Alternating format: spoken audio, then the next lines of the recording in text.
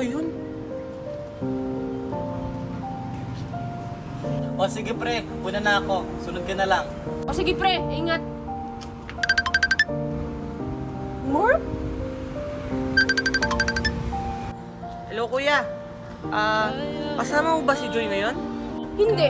Pauwi na rin ako. Galing trabaho. Bakit? Ano? Kuya, nakita ko yung best friend mo kanina. Kasama niya si Joy. Magkakabay pa sila. Mark, tumigil ka dyan ha. Hindi ba gandang biro yan? Baka hindi yun si Joy.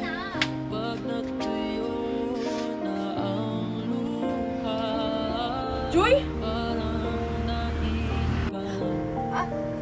Babe, anong ginagawa mo dito? Akala ko ba nag-overtime ka?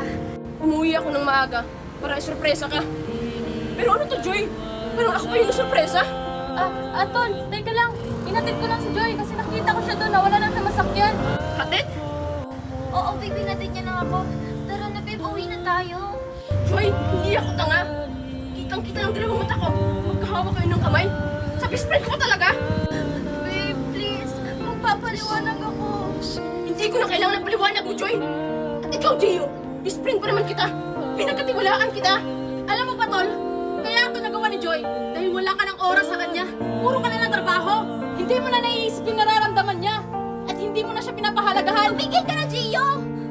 So, totoo pala. May nangyari na ba sa inyo? Sorry, Gio.